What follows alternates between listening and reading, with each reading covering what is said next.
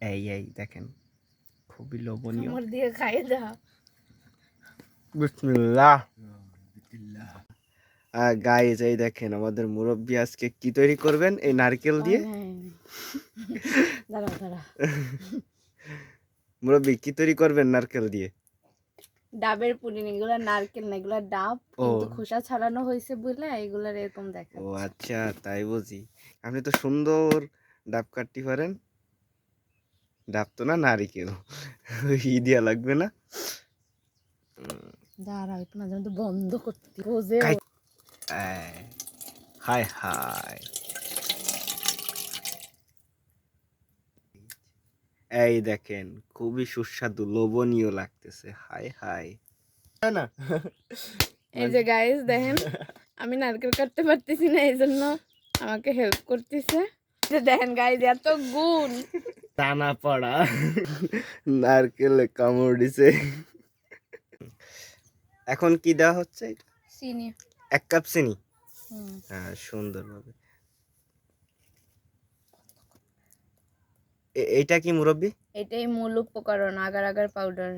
Agar agar না? Agar আচ্ছা agar powder, এটা হচ্ছে তোমার দিলে জমাট বাঁধবে।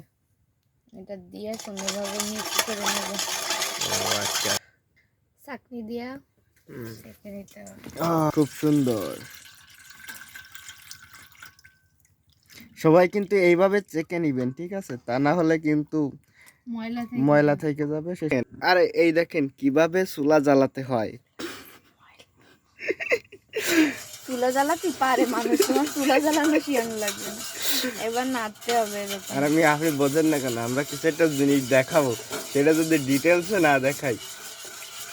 দেখাও তুমি, বলবে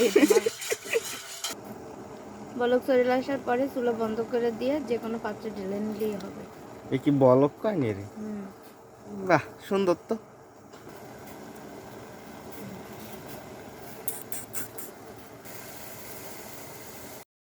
নারকেলগুলো ছোট ছোট স্লাইস করে রেখেছিলাম, এর মধ্যে এখন পুরো পানিটা ঢেলে দিয়ে নর্মাল ফ্রিজে রেখে দেব প্রায় 2 ঘন্টার মতো। ফিরে আসছি 2 ঘন্টা পরে।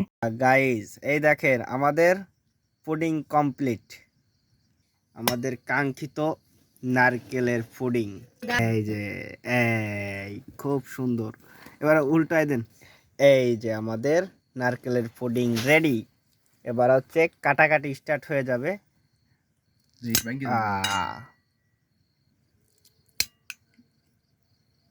দেখেন গাইস, খুবই লোভনীয়। আমি আগে দেখাই আপনাদেরকে।